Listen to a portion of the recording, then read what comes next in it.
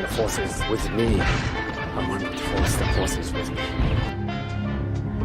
So be it, Jedi.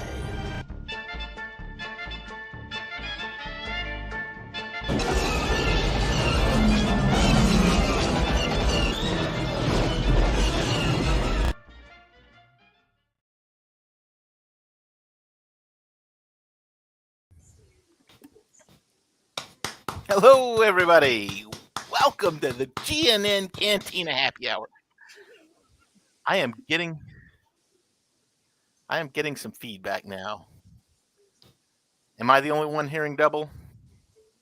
You might be. I'm not hearing it. I'm not hearing it. It's your new headset. It's my new headset. That's exactly what it is. I don't know. It just started doing it. That's weird. Hang on a minute.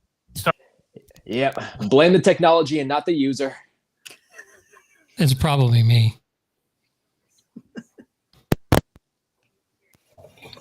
Oh, is it you?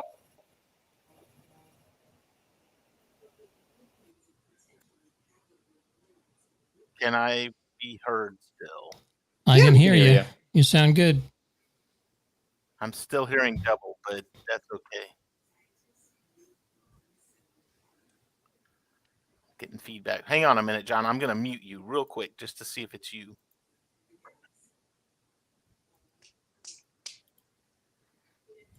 Uh-oh.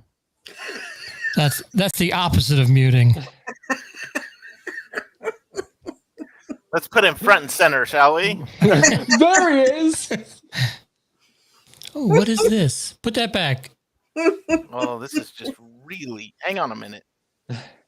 Check your settings. You might have echo cancellation off. Oh.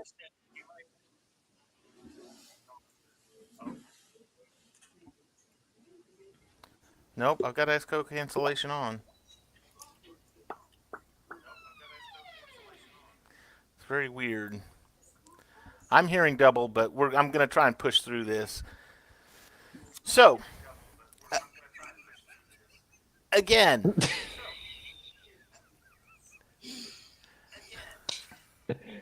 Welcome to the Cantina Happy Hour.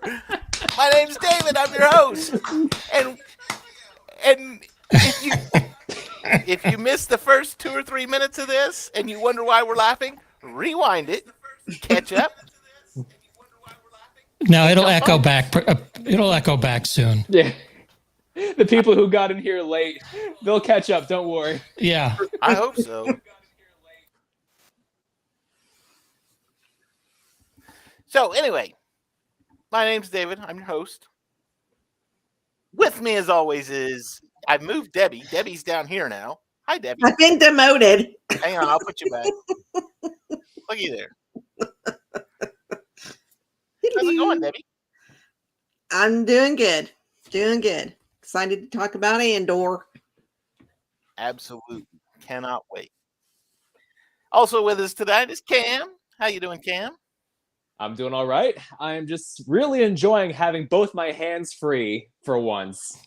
Yeah, instead of having to hold my phone. Yeah, exactly. I got myself a nice little setup here, stacked on top of some books. So had to ghetto rig it. Nice. Also with us tonight from the Geek and I podcast is John Biscardi. How are you, John?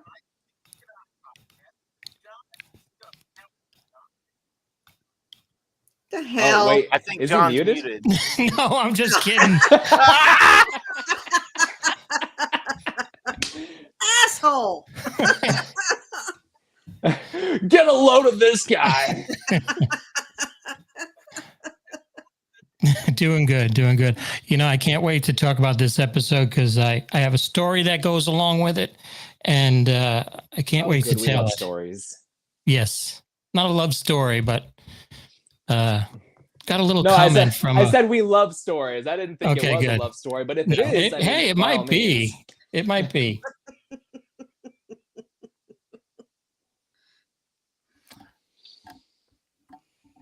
Maybe. Okay.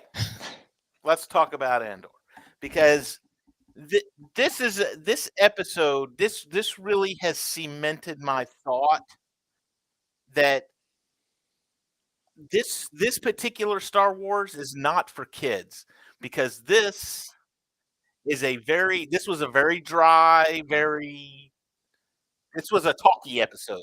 A lot of talking and exposition and character development, things like that. And kids would watch this and go, I am completely bored. I know some adults who have said, I'm completely bored. I don't know what's going on. It's driving me nuts. So, that being said, what were your thoughts, Debbie?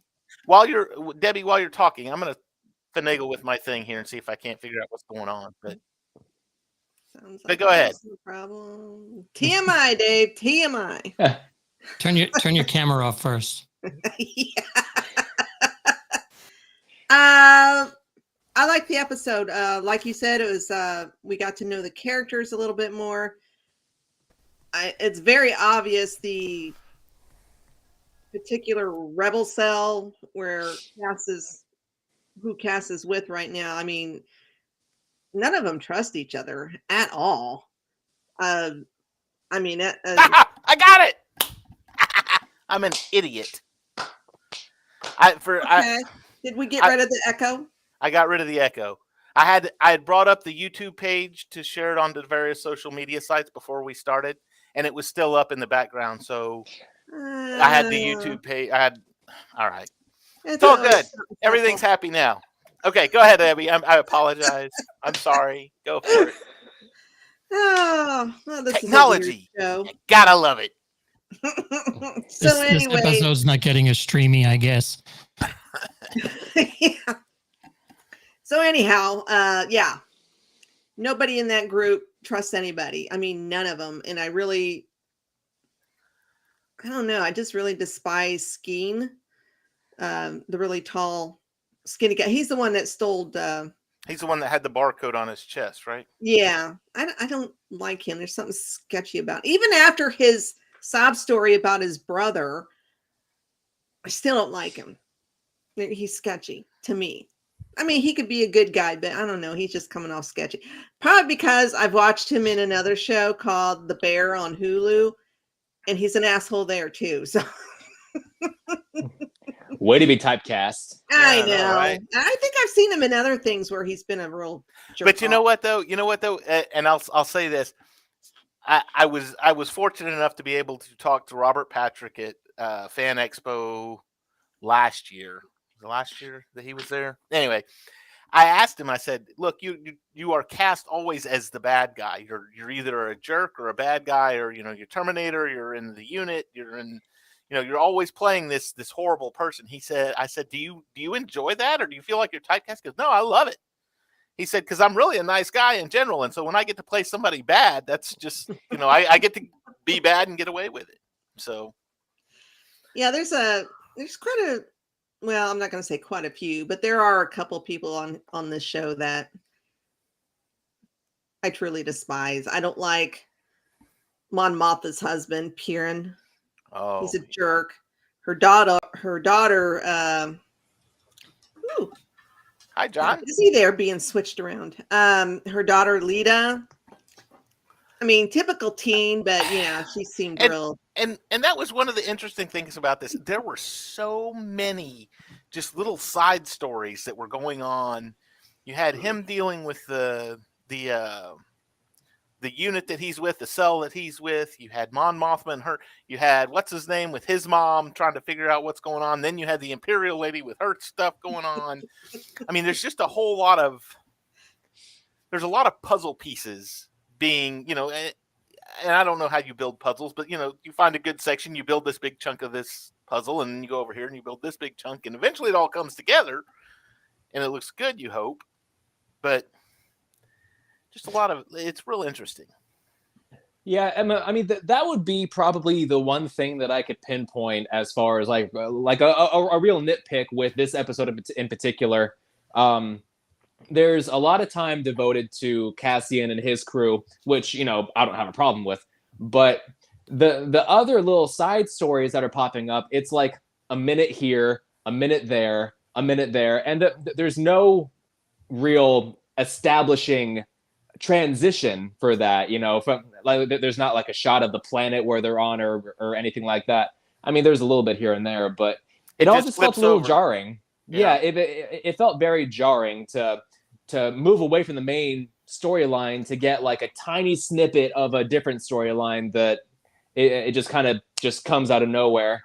But you know what was interesting about that? It's playing out a lot more like if you were to watch like a drama on TV, to where it just flips between like a soap opera, where it just flips between, oh, this happens and this happens and this happens, and eventually it'll all weave together in an intricate, poetic manner. But that's what I'm hoping.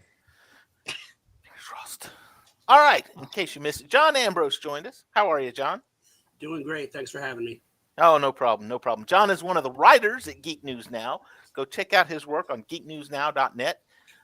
He publishes all the time. Go read his stuff. It's great.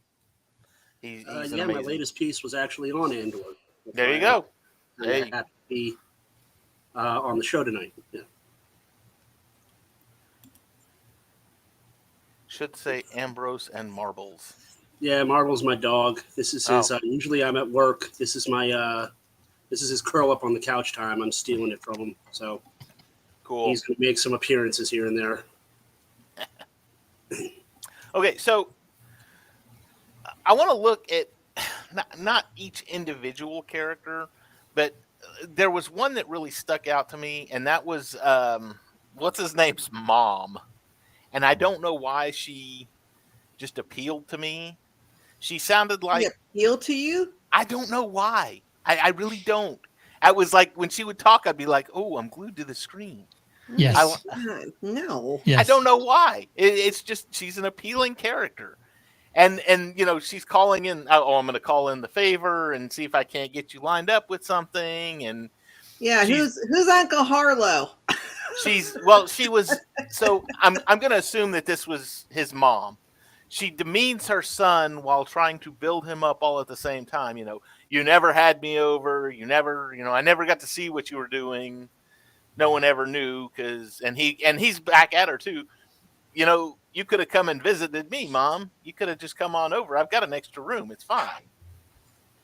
Was this Karn? Huh? Was this Karn? Which character was this? Cyril. Yeah, it was. Karn? Yeah. It was his mother. Well, and she kept pointing out,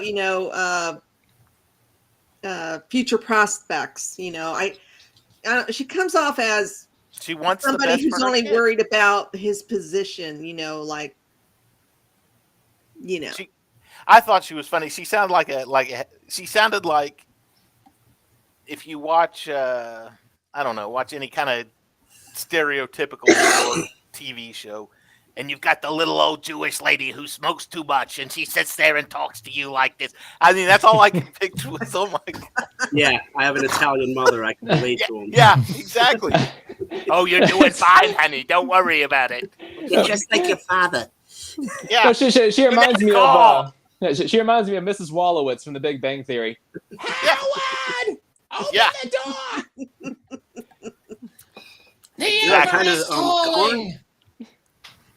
Karn is an interesting character to me because it's like kind of the roles are swapped. He seems like a good guy and a stand-up guy in the antagonist role, and Andor is the shady character, and you kind of don't know where he is morally, and he's in the protagonist role. And it's kind of an interesting dynamic because it's one of those times where you're supposed to root against a guy who's just trying to do the right thing. Yeah, and he's still obsessed with Cass. And Cassian too is. I'm getting a weird vibe from him. Debbie, you had said something about you didn't like what's his name? Skeen. Yeah, you didn't like Skeen, and I'm looking at Cassian going. I'm not for 100% sure I like him. I mean, just right. He's never been a likable character, even in Rogue One. Not till like the very last 5 minutes of the movie, 5 or 10 minutes of the movie. I mean, he's just he had that one scene where they were doing the training. They were training how to march and all this other stuff. Don't touch me. Don't ever touch me. And it's like, well, then do it. Tell me what to do and I'll do it, but don't ever touch me. And I know it had to do with the kyber crystal, but when he picked up his pack, Oh yeah, and he freaked out. Oh, don't touch my things! Don't touch my things! And he went nuts on him. And I was like, he was just messing with your. It took me a minute because I was like, oh, he was just messing with your stuff like a minute ago. And then it was like, oh, the kyber crystal's in there. So okay, that makes a little more sense. But still, nonetheless, I'm like, yeah, let's not draw any attention to it that there might be something in there. I hate when people do that. Don't touch that! Don't touch that! The first thing you want to do is go, I gotta touch that. Yeah, it's like breaking a button. I need to see what's in there. Whatever you do, don't press the big red button. Oh, I want to push that big red button right now. Right now. But yeah, John, it was it was interesting that you were saying that because if you guys remember a couple weeks ago, I had mentioned that Karn is the character who seems like he's being set up to have his own hero's journey. So it's interesting to see how his story is playing out. I mean, not that we got a whole lot of his story in this episode, but I mean, out of everybody right now, he's the character that I'm connecting the most with. Him, and I can't think of her name, the Imperial. Deidre. Huh? Yes. Deidre. Those are the two of the three stories the side stories that I am most interested in. Unless they can foreshadow what Mon Mothma is going to go do by the end of the series, I don't need her story because I already have that from Return of the Jedi as to who she is and what she's accomplished. I don't need the side story of the bickering with the husband and the daughter that doesn't listen because, we all have kids that don't listen. So it's not really a big character building moment, I think. But I think the other two stories are just so interesting to me, and I'm just glad we're done with the flashbacks because I don't think flashbacks could have been done in 2 or 3 lines in each episode, and we didn't have to waste 3 episodes on flashbacks like we did with Boba Fett. Book of Boba Fett was like there was a flashback per episode, if I recall. Yeah, but that was more than just the first 3 episodes, though. That was like the whole series until the last 3 episodes. Yeah. Mm-hmm. And then 2 of the last 3 episodes were pretty much The Mandalorian. Yeah. Mandalorian. Basically. Season 2.5. Well, yeah, these poor kids who are going to watch Mandalorian Season 3 who haven't seen Book of Boba Fett. It's like, wait a minute, how did Grogu end up back with him? Oh, where did that ship come from? You go watch Book of Boba Fett. Got to go figure it all out. Now, see, I done lost my train of thought. I had Andor on my mind. You had a crush on Karn's mother. Oh, okay. So, not that one. Come on now. Okay. So, and John, you brought up a good point. As far as the flashbacks goes, we don't, I don't know necessarily that we've got them 100% out of the way. I'm sure there's going to be more because you really have to figure out at this point. I mean, obviously, Andor has been fighting the Empire since he was kidnapped or taken or whatever you want to call it. Rescued. Rescued. So there's got to be, I'm guessing at some point we're going to get another flashback or 2 explaining why he doesn't like the Empire. Maybe going back to his mother, the Harry Potter aunt. Well, I mean, in the opening scene, he's looking for his sister, so I'm assuming that's going to have something to do with it, too. Where did that storyline go? I think there was a brother play there, too. It's just like I don't know, maybe he's so wanting to get this mission done to get the money so he can continue to to look for her. That's because they just kind of dropped it and never said anything else, but that's my I mean, it was the first 10 minutes of the first episode, and then it was gone. Your tasks tend to get side railed. So, I mean, I'm sure the storyline will come back up, but he... Well, then that was a perfect point right there to explain what's going on is when the guy's saying, my brother was killed. I hate the Empire. My brother filled his pockets with rocks and jumped in the lake. And then, why couldn't we have Andor say something, I'm doing this for the money to go hunt for my sister, who I've not seen in so long. And, But he never reveals himself ever. He doesn't. Yeah, that would fully. be giving too much away. If he's always going to tells give something away, it's going to be, I'm just in it for the money. That's all I want is the money. That's the only reason I'm here. He tells little technically white he's not lies. lying.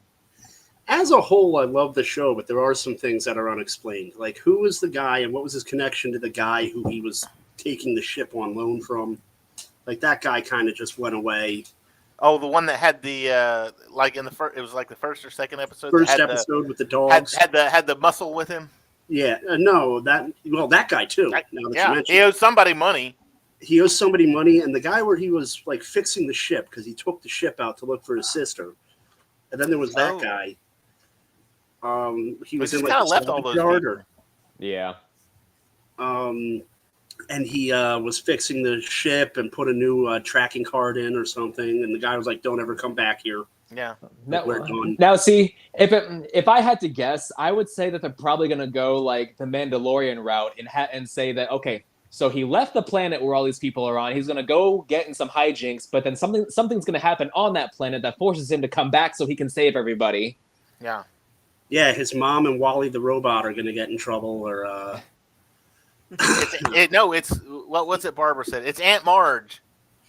Aunt Petunia, actually. Petunia, thank you. Yes. Thank you. Yes, Aunt Petunia.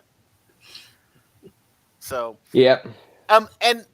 And two, I've got to say this, and Debbie will know what I'm talking about. There was a whole lot of they were going over the mission, they were training, and he did the one scene where he says, we need to flip around because he's on the left and he's left-handed and I'm right-handed, and it just looks better and all this other stuff. Had this been a Marvel show, all of that would have been done in like a montage. That would have been the Captain America montage right there. It would have been a montage that ended in a pun. Yeah.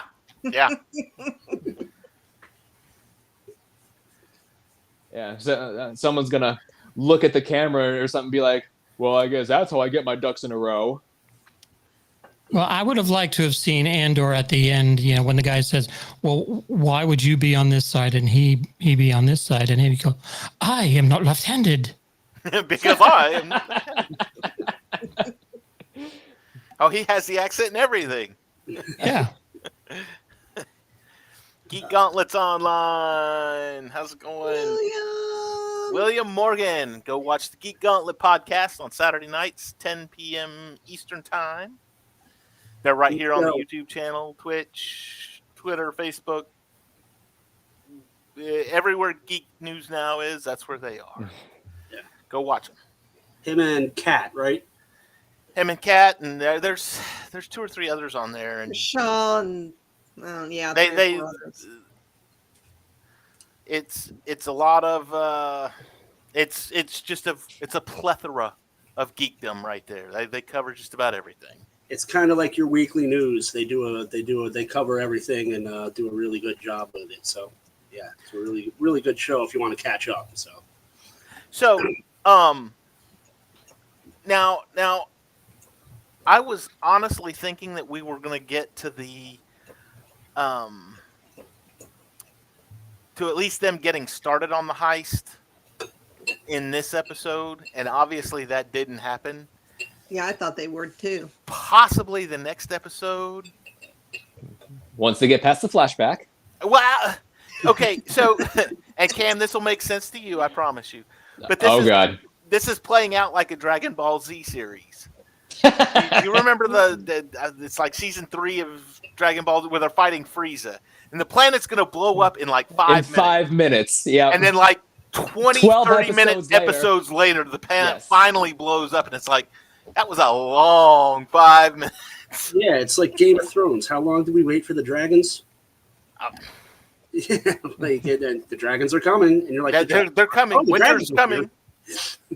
Yeah, don't get me wrong. I'm not opposed to episodes being more talky or more quiet. I love building character. I love finding out what makes these people tick. but yeah, I was really hoping that at the very least the episode would end with them starting the heist. Well, and they kind of did. I'm kind of, but not really. They split the group. These two are going to go over here and do their thing, and we'll see you. Basically, it was we're going to go do our thing. Y'all go do your thing, and we'll meet you in the middle. So my guess is that next episode will start the heist, maybe. Well, what killed me in regards to this heist was a meeting that they had, and oh shoot, I forgot her name. The lady and the other guy.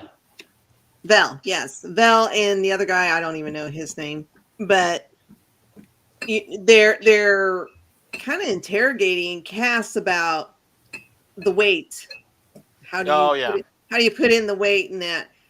And I mean, he's like, "Is this a test?" He even asked. Yeah, he's getting frustrated, and then it come to find out they had no clue what the hell they were doing.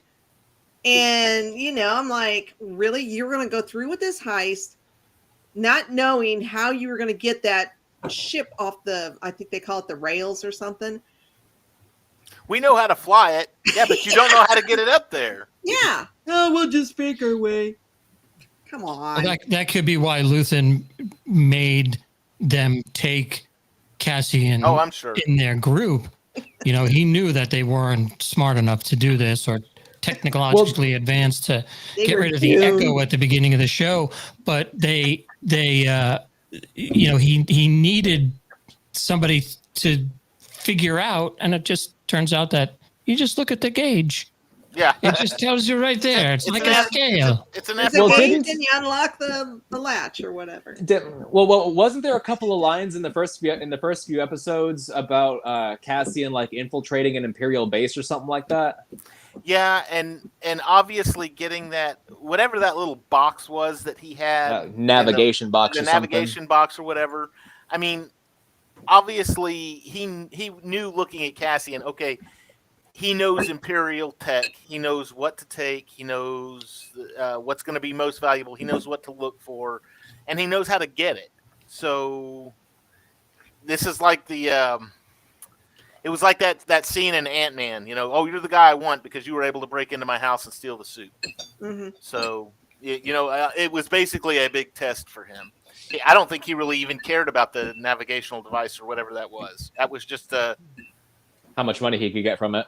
Yeah, that was he didn't care. I mean, he was going to pay him anyways, but because he even said, "I'll give you another 1,000 if you tell me how you got it." But he just wanted. I think to him more, it was a test of what do you know and how do you know it. Yeah, because I think they're all still thinking he's like a double spy or something like that. Like he's really Imperial. Has it been established where in the timeline for Star Wars this takes place? This takes place 5 years prior to the Battle of Yavin. That was on the first episode. There's a timestamp in the first episode that said 14 BBY. Okay. 14 or 5? Or 5 BBY, 5 I'm sorry. BBY, yeah. Because I was just wondering what happens to all these other agencies by the time, Star Wars rolls around. Like, you have police forces and you have these intelligence agencies that you've never seen before. Well, the police force on whatever that planet's name is, I can't remember. The people that, the Premor Force, I think it's called. Yeah, it's just corporate security. Yeah, they're not they're not the Empire. They're just the security for that particular corporation until the Empire comes in and pulls them in after Episode 3. Mm-hmm. But besides that, I mean, assuming that the corporation doesn't collapse by the end of the series, I assume that they're still going to be around by the time Star Wars comes around. But it's just they're not the Empire. They're just more people at the Empire pulled in. What's that? The white suits, the Deirdre. Oh, the ISB. ISB. Now, see, somebody explained that to me once, and honestly, I like the explanation because if you watch A New Hope, you don't see, and I am not talking about A New Hope, the special edition with all the extra crap to it. I'm talking about the original theatrical version of A New Hope. You don't see tons and tons and tons of stormtroopers. you see 5 or 6 of them at a time on the screen. You don't see all the Star Destroyers. You see one Star Destroyer and you see one Death Star. You don't need to see how big the Imperial Army or the Empire is. You are just you're given to know. It's just big. It covers the entire galaxy. It covers the whole universe. And now when you're coming back to some of these prequels, they're actually putting on screen some of these things that you didn't really see in the movies, but they were probably there. And yeah, cool. Because I mean, in the original trilogy, I mean, I've said this before. What did we see of the Empire in the original trilogy? They were just stormtroopers and ships and a couple of officers. Yeah. That's really all that we saw. We had no sense of their inner workings or even that the ISB even existed because it wasn't relevant to that story. Right. But now, you know, like David said, now we're getting these prequel series and prequel movies and stuff that, you know, connect those dots outside of the movies. So and even going so far as to say, like in Rogue One, and Rogue One was one of the biggest things I had a complaint about, or one of the biggest things about Rogue One I had a complaint about was that you had the TIE Strikers in there, you had the Sand Troopers, you had the different AT-ATs, you know, the step down from the AT-AT, and I looked at that and I'm like, well, why wasn't any of this in the? You can't do a prequel trilogy and put all this really cool stuff in here when it wasn't in the original trilogy. They didn't have the budget for it in the original trilogy. We're gonna make another. We're gonna make a special edition. They didn't have enough models. But again, I mean, it makes sense to sit there and say, well, all we knew was the TIE fighters and the TIE bombers and the TIE advanced, or not TIE advanced, interceptors, the TIE interceptors. That's all we knew. And to say, well, yeah, but they had all this other stuff, and it was just kind of off screen. You didn't really see it, but it was there. Right, because the movies are the upper echelon of the Empire, and the TV show is showing you the privates, you know, that the lower ranks. The lower ranks, yes. Yeah, that makes sense. Yeah. All right. So something else too that we another storyline that was fleshed out in this one, and I really enjoyed it too, was the Imperial Lieutenant too. You know, walking around the base, and he goes to the one guy and he says, "What do you think of this hotel?" And he says, "What if I accept the position?" He goes, "Oh no, you're going to accept the position. But what do you think of this for your operating base? Get it up and running by the time I come back here." And then talking to the corporal, and you know, what do we got, a firing range down here? And I mean, just he was all over the place, and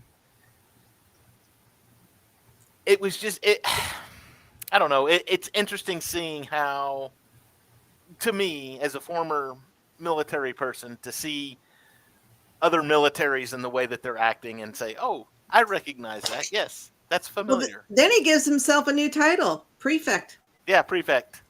I know there's no money to it, but but it sounds good. Sounds like the corporate world. That's right. I'm the assistant to the assistant manager. So, what do you think when he was talking to those guys on the base, and they said that it's too bad you won't be around here to see the eye completed? What is the eye? That's that meteor shower that they're planning on escaping in. When Cassian Cell steals they said we've got a way out of it. We're going to fly through it, and they won't be able to tail us. And once it clears up and they can finally go after us, then we'll be long gone. They won't even know where to go at that point. So It's an event that only happens once every 7 years, so it's a big to do. Yeah. And I think the one guy was explaining, he was like, "Look, you know, the soldiers have already requested off so they can go see this thing, and you know, I know you want this all done during it." And he's like, "Okay, I tell you what, send your guys out, but it better be done day after tomorrow. It better be done as soon as it's done," kind of thing.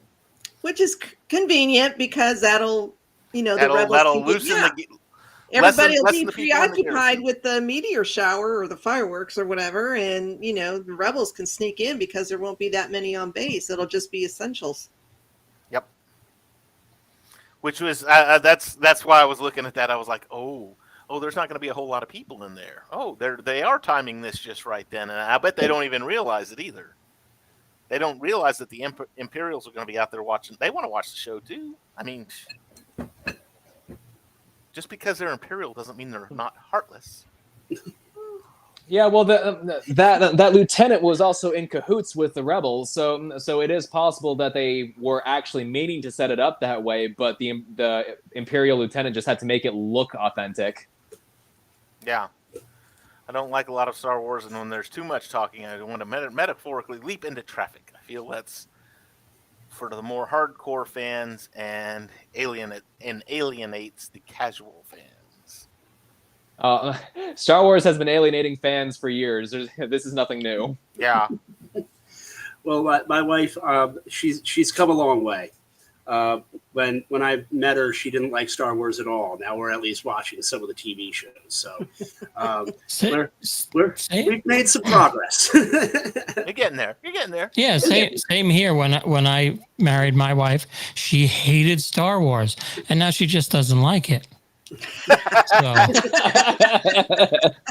My wife had never seen Star Wars. She watched it once and said, "Okay, there it is," and now she just tolerates my strange obsession. And as far as that point for the casual fan, I think I'm a casual fan. I like the movies up until a point, and I'm not going to say where. You're going to get Cam mad. You're going to get Cam mad. But I never read the comics. I never read the extended universe. I read the 3 Zahn books, and that was about it. And other than that, I rely on YouTube videos and you guys to show me, that thing on the shelf was actually a vase that this guy once had in page 32 of book number 3 of the Tales of the. Was it week? It was week before last when they had they were in the antique store and they had the armor for Starkiller. Yeah, Starkiller, the Starkiller armor. Yeah, and that whole from the whole Force shop. Unleashed. It's great. I don't have any clue what any of that. It's like when I go into a real antique shop. I have no idea what any of this stuff is. It just looks cool on the shelf. But I'll tell you, the thing that impressed me is going back to the mother scene is the way the set looks. To me, it looks Star Wars. Yes. It looks like it could be not a futuristic, but a more advanced Aunt Beru and Uncle Owen house. It's got the blue milk. More advanced, but yet still from a long time ago in a galaxy far, far away. Right, because it's got the cool looking stuff. The 70s looking gear that's on the shelf that used to be a toaster, but now it does this, and the blue milk and that was the other thing. He's sitting there playing with his crunch berries in the blue milk. That was great. He's having his cereal. The way they do the lights, I like the blue and the red and the little white lights that are on everything. To me, that is what Star Wars is. And the thing that drew me out of Star Wars, the movies, and even like the Book of Boba Fett, was when there was a giant monster. Now, other than the Rancor, there really was no giant monsters, in these shows that just look fake. And I'm more of the original. Well, we can't do it like that, so just put a guy in a suit. That's my Star Wars. I gotta say, the first time I appeared on this show, it was humbling, though, because I thought I knew a lot about Star Wars, and then I came on and I was like, I have to study if I'm ever going to do the show. Especially with Debbie. Debbie's kind of a weirdo. But it's not like the other podcasts where they make fun of you and make you feel like an idiot. It's kind of like a learning experience. Like, wow, okay, I did not know that. before. You know, we are accepting of all of the Star Wars fandom. But yeah, definitely. Two of the three normals on this show enjoy the sequel trilogies. Okay. The normal cast members, if you will, enjoy the sequel trilogies. The regulars. The regulars. Thank you. That's I mean, a good word. I put them on to punish my kid. Oh, terrible. Yeah, I know. Why would you? Why would you? Up, I have to do something. I can't. Put on the holiday special. Watch that one. That's we people that like the holiday experience. Special. I like the holiday special. Of course you do. I remember when it aired. I was watching it live on TV. How can you not like it? Lumpy. He's canon.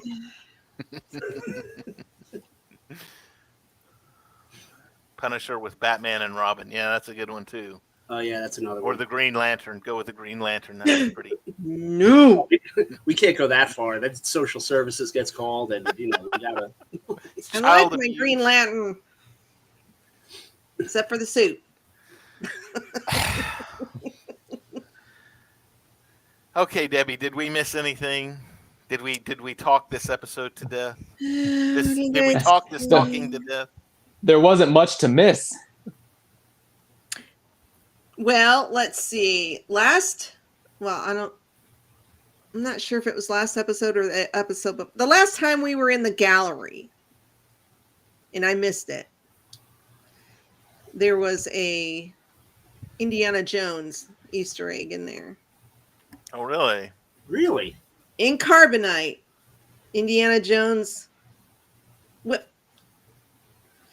And then in this week's episode in the gallery, because we were in the gallery again, the stones from Temple of Doom. From the Temple of Doom. I think I did see those ones. I kind of looked at them and I was like, is that? Nah. That's my favorite Indiana Jones movie. I can't even believe I missed that. Temple of Doom. And then the next time that we enter the gallery, there's going to be a case with a stone inside of it. And he's just like, you interested in my Infinity Stone? Or a Tesseract. Yeah, right. Yeah. No, it'll be the little golden idol from Raiders. The little Raiders idol. Oh, that was in I think it was in the same episode as the Whip. There was the golden idol. There's just like only one person has seen these Easter eggs. Just roll out the arc and have someone point it out. Yeah, somewhere else. The next time they visit the gallery, it'll probably be the Holy Grail. Oh, that would be a good one. Yeah. Crystal Skull. Crystal Skull. Yeah. Oh man. Wait. What does the Crystal Skull have to do with Indiana Jones? That wasn't an Indiana Jones movie. No, that was an X-Files movie. I'm blocking that one from my memory. That was not an Indiana Jones movie. I'm still waiting for a fourth Indiana Jones movie. Wasn't that supposed to happen like almost 20 years ago? You mean the fifth one? The fourth one. The fourth one. We've already had a fourth one. No, we haven't. Never happened. Never happened. That never happened. It never happened. No, that never happened. That in The Last Jedi, Purge. Never happened. Now, don't say that. You're gonna get Cam mad at you again. Hey, Dave, I'm sharing my screen. Can you pick honestly, that up? I don't like. You can hate it all you want. Truly, I'm not even about to debate things like that anymore. It's not even worth it. Okay, so let's see what we got here. Oh, there they are. The stones are in the. If you look to the upper right corner of the shelf, right there. Yeah. There they are. Oh, that's adorable. And there's my microphone stand. There's the what now? My microphone stand. Oh yeah. Fair enough. Hold on, I think you can see the grip in there somewhere. And a cup of Starbucks coffee too. What? Oh my God, is that the boom mic back there? Hey, this thing here looks like a big old pinhead. I was just thinking that. Well, like... and the one on the right, just to the right of that, the triangle. I haven't seen the movie in a while, but it looks Stargate-y.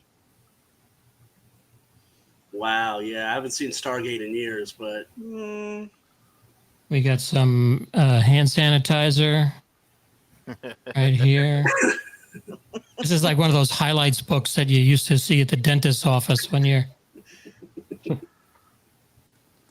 No, you're right. It's Cenobite Cube. You're absolutely right. There you go. Oh, the lament configuration.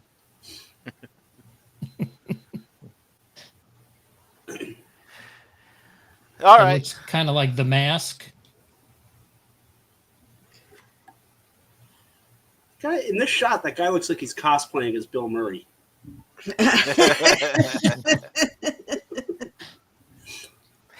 Now, was it just my TV, or is it just me, or does he look orange? He looks orange. And I'm not talking just in this picture. I'm talking about when he's got on his, he put on his fake hair and got all dressed up and put all his rings on. Was he orange, or was that just... I think he does a little spray tan action because he's definitely self-tanner. Orange glow. There we go. So anyway, watch the gallery. Apparently the gallery is all the Easter eggs. It's kind of like the QR codes within the Marvel movies.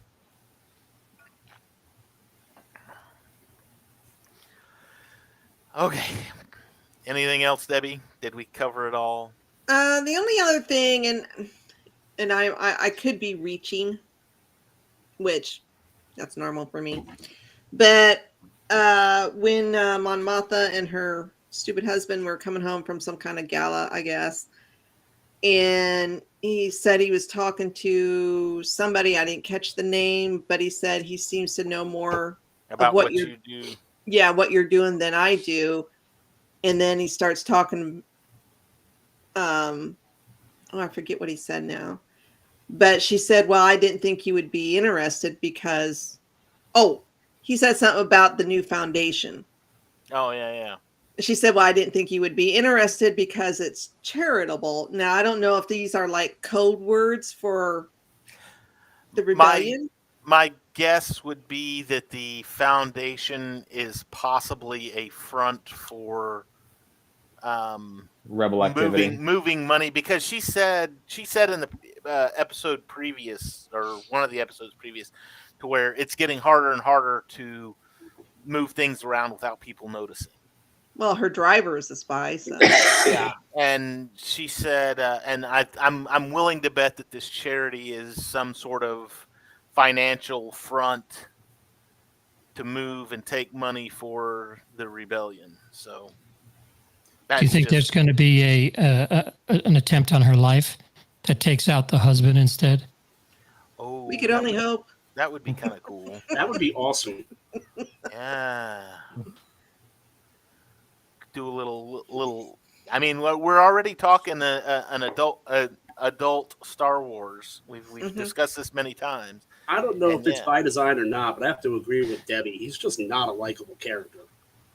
Well, he's not supposed to be. If you don't like him, he's doing his job well. The actor is pulling it off. Well, and it's like, they're at the dinner table when her daughter was kind of going off on him, on the mother, on Mon Mothma. Good Lord. He's just, back there laying back and playing with this drink and just kind of smirking and agreeing with the daughter, like he's kind of egging her on a little bit. Like, well, it's almost like one of those things to where, and those of us with kids, I'm sure, have played this game to where the kid comes to daddy and he says, I don't care. If you want to, that's fine, but go ask your mother first. And then mom says no, and dad's going, well, I don't want to, but I have to agree with mom because she's the one that's making this decision. So, and the couch is uncomfortable. That's right. I don't like the doghouse. So yeah, that was the only other thing that it's just the whole. I mean, it was never really even explained as to what were they going to. She said, we're leaving and you need to be ready to go, and she's like, no, I'm not going with you. Dad's going to take me. Oh, well, I'm never mind. I'm just not going at all now. I was like, it set up that the daughter was not functioning well with her, and that could be just normal teenage angst. That could be that mom works a lot, and I don't have to listen to mom because she's always away. But it never really went anywhere. It was just there to show, okay, she's got a daughter, and her daughter is mad at her. Yeah, the store closed before she could get her converters. So let me ask you guys, in your opinion, would you have rather had an Obi-Wan series that focused on Obi-Wan protecting Luke like he's supposed to? No. And you don't know the question. Well, hold on, Debbie. Let him finish. Come on. Even I saw You don't know what I'm going to say. It's my cousin Vinny to you. Hold on a second. Or go ahead. Or a 14-year-old Leia making a now and again appearance. Being brought in, slowly to the rebellion. In Kenobi or in this show? In this. Obi-Wan Kenobi was, for Luke and how Obi-Wan is supposed to protect Luke Skywalker, and that's what his mission on Tatooine was, instead of running off every 5 minutes to go do something else. And then you have a 14-year-old Leia in this one that's learning how to become who she, the strong leader that she does become for the movies 5 years down the road. I don't think so. And the only reason I say this is because with this particular series of Star Wars, it's nice to be away from the Skywalker saga. It's they're really, as of right now, there have been no ties at all to the Skywalkers, to Vader, the Emperor has been mentioned.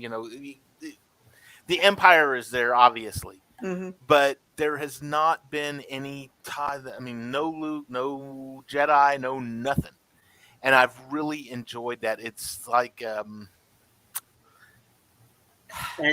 it's like cleansing your palate. It's like, okay, this is something new and fresh, and I'm going to run with it. And I think if you had put Leia in there at any point, well, for one, if you had put Leia in there, you would have had to have Jimmy Smits come in there and play Bail again. But I think any ties really to the Skywalker saga itself would take away from the story that they're trying to do. Because it's like, okay, we're trying to do this story, but just to draw people in, we're going to put Princess Leia in there. So everybody wants to go see Princess Leia. I'm kind of hoping they don't go that route. It wouldn't surprise me if they did, but I'm hoping. To be honest, if they did, I'd probably just check out of the show at that point. I'm so sick of all the cameos and callbacks and all that stuff. It's tiring now. I think the Obi-Wan series as it was necessary because it really actually showed he was burnt out. All his friends were dead. He presumably killed his best friend. He had PTSD and he didn't even know what his purpose was anymore. So he more Ewoks. And I think the show itself was necessary because the adventures he had with Leia kind of brought him back. And it was kind of like a story of him getting back to where he needed to be. As opposed to him just protecting Luke and like nothing happened. It showed vulnerability in the character. And I think getting back to where his rightful place was. And I think too, it was a nice surprise to see Leia. Honestly, that's what I thought was Kenobi was going to be, was him protecting Luke on Tatooine. And we knew Darth Vader was in it, and it was like, how are they going to pull this off? And then when it's like everything's about Leia, I was like, oh, okay. Well, this is a nice surprise then. This is refreshing because I was not expecting this. And so it explains a lot about the New Hope, how she knew who he even was if he was hiding on Tatooine for 20 years. And I don't know if anybody's ever caught this on this show, and I know it's been discussed. When Princess Leia is rescued on the Death Star, and she comes in, oh, aren't you a little short for a stormtrooper? Oh, the uniform. I mentioned this. Oh, you did? Okay, yes. Okay. Well, I wasn't sure. The first thing she said was, or Luke said, you know, I'm here with Ben Kenobi. I've got your R2 unit. She says Ben Kenobi. She didn't say Obi-Wan Kenobi. She said Ben Kenobi. And that's how she knew Obi-Wan based on this series, was she knew him as Ben. So that was it. Poetry. It all connects. It's a big it also puzzle. Explains why she named her kid after him. So there you go. Anyway, so as far as Leia goes, no, I hope not. I think I would even be a little bit disappointed if we got General Syndulla in there. I mean, maybe like a mention or a name drop. I don't think I would be upset with, but even just a cameo of, hi, this is General Syndulla, and she waves at him. I think I'd be like, I don't need it. But this isn't a Dave Filoni bit, so maybe his characters won't appear. I don't think it's going to happen, though, because didn't Kathleen Kennedy not 2 months ago say she wants to get away from legacy characters? Perfect. So I don't think she's going to do that, because Solo was such an box office disappointment.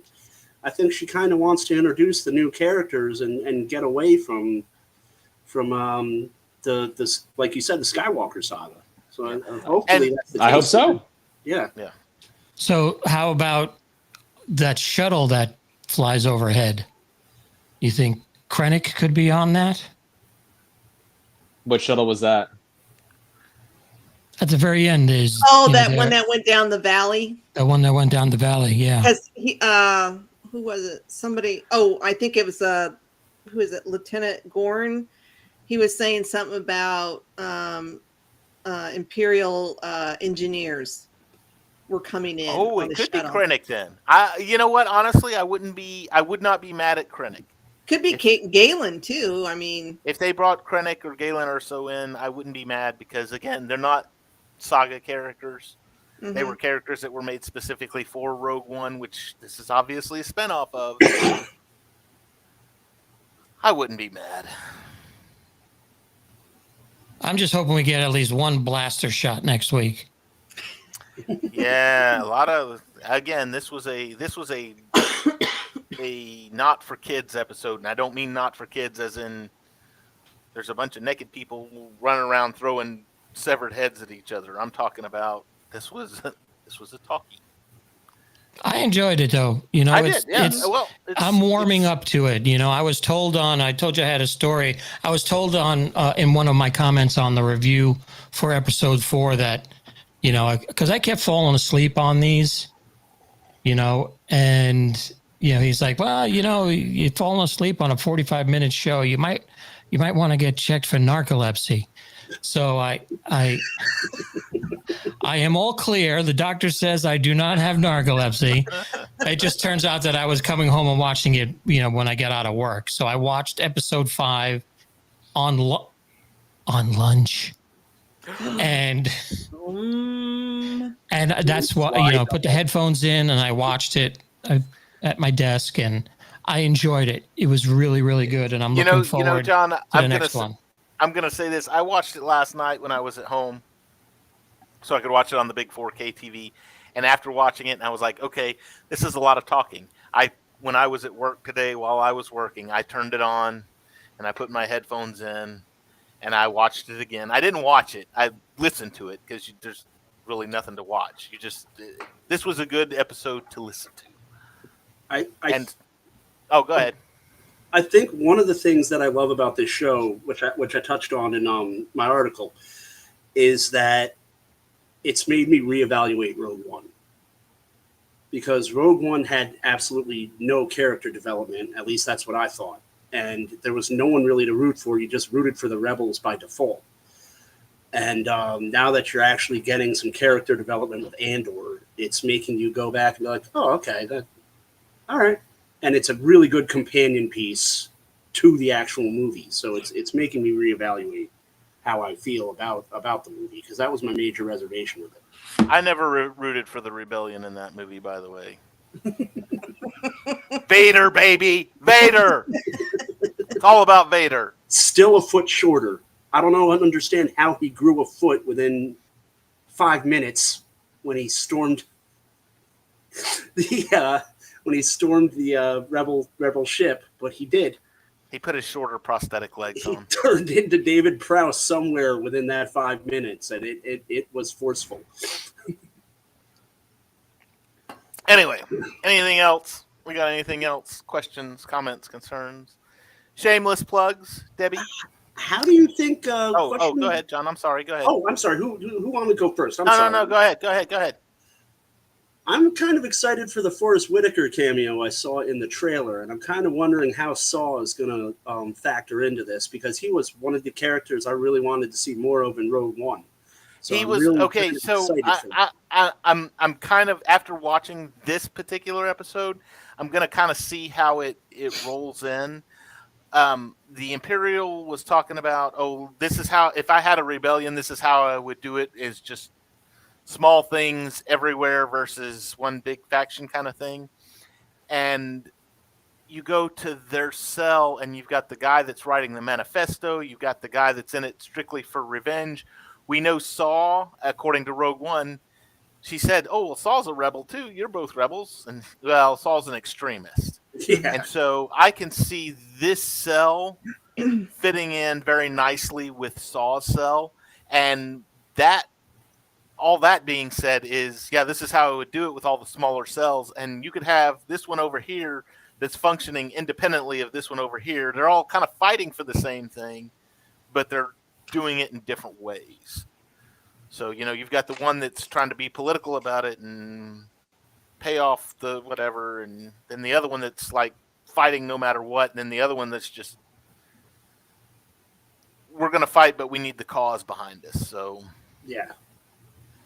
So anyway, I'm anxious to see Saw, and like I said, I think the cell that he's working with right now is going to be it'll be very interesting to see how they tie up with his cell. So.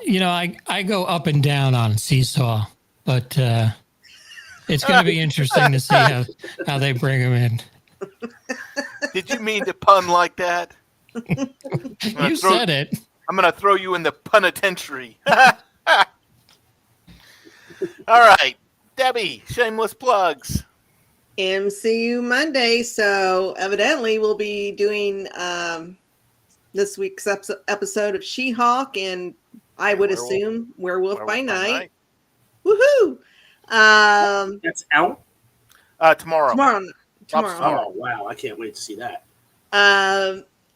And then if you want to catch any of our other podcasts, like The Geek and I, you can go to Podbean, Apple, Amazon, and Spotify if you want to catch any of those. Speaking of that, I can't think of the name of it. Captain's Logs and Lightsabers. Yes. They have started back up a new season, so I think they're cranking out podcasts now, or cranking out more podcasts now. Cam, shameless plugs. I know what your shameless plug is, but I'm gonna let you do it. Go ahead. Well, I'm continuing to stream on Twitch every Sunday at 10 a.m. Central Time. My Twitch tag is GNN _Cam and Focus, all one word. You can catch me there every Sunday.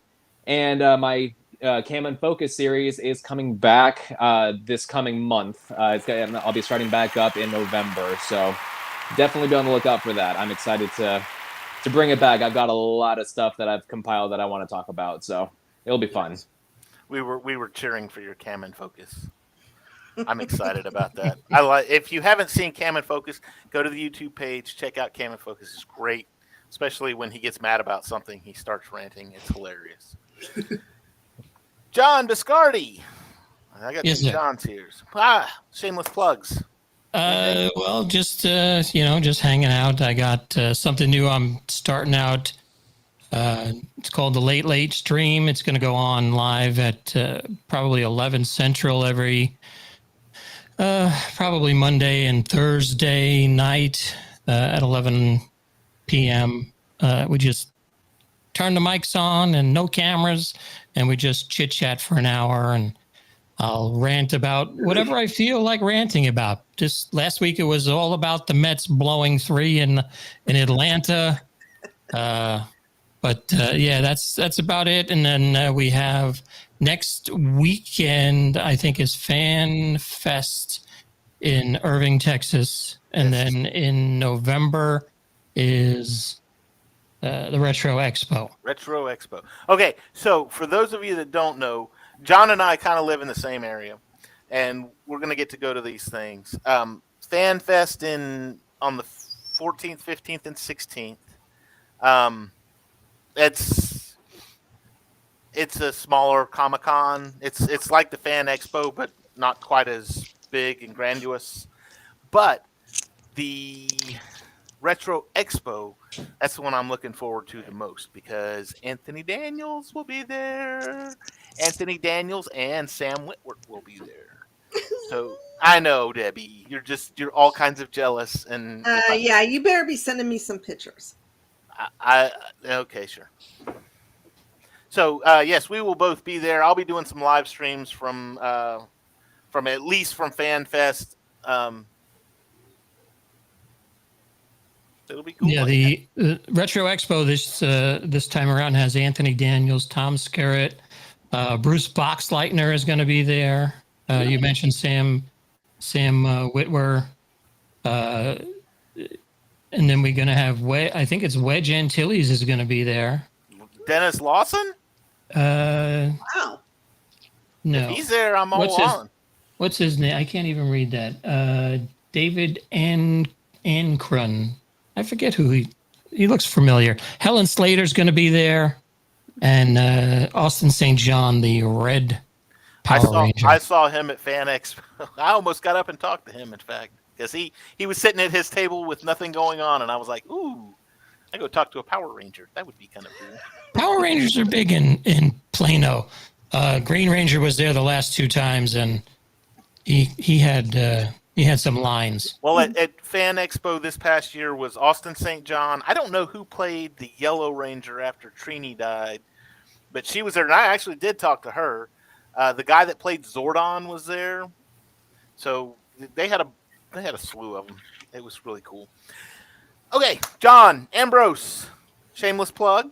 Much like Cam, at the meeting last Sunday, we discussed doing Twitch channels. So I have one. I just recently changed my name, so I can't attach GNN to it yet.